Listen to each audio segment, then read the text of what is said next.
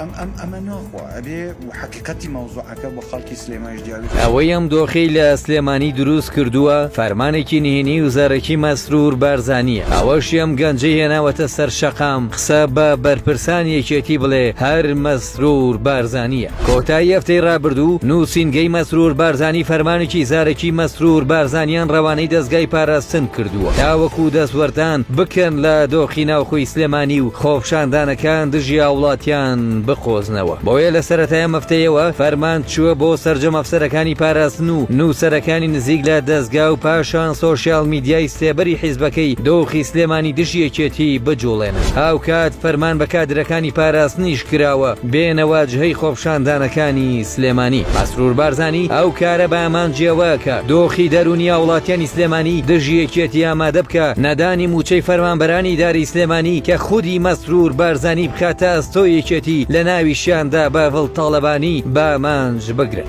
داهاتی ناوخۆی سلێمانیش ئەو مەتەڵەیە کە کەس بۆی هەڵنایەت کەس نازانێت بۆ پارە لە سلێمانیانە. بە جۆرەی زانیاریەکانی وڵات ئەفسەرەکانی پاراستن فەرمانەکانیان گەیاندۆتە کادرەکانیان و پاشان ڕێخستنی تایبەتی حیزبەکەیان بەڵام کەمترین کەس ئامادە بووە بەشداری بکات لە بەلاڕێدابردنی خۆپشاندانەکان. بۆیە پاراستن تووشی شکستێکی گەورە هاتووە و سەرکەوتوو نەبوو لەوەی خۆپشاندانەکان وەکوەوەی پاراستن دەیەوێت بیقۆزێتەوە. بۆیە لە یەکەم قۆناغدا کە قۆسنەوەی خۆپشاندانەکانی مامۆستایانی زانکۆ بووە شکستیان هێنالەوەی خۆپشاندان بەلا ڕێدا بەرن. بۆیە خۆپشاندانەکانی ڕۆژی 11 مانگی سلێمانی وەکوەوەی پاراستن دەیویست سەرکەوتوو نەبوو کە هەڵکوتانە سەر بانک و دامەزراوە دارایەکانی سلێمانی بوو. هەر بە جۆرەی زانیاریەکانی وڵات یەکێتی بە وردی ئاگاداری جموجوڵەکانی دەستگای پاراستنە لە سلێمانی کە زیاتر لە 6 مانگە سەرقاڵیەوەن تۆڕێک لە نووسەر و ڕۆژنامە نووس دروست بکەن بۆ تەخریبی دەرونی و سیاسی لە سنووری زۆنی سەوز.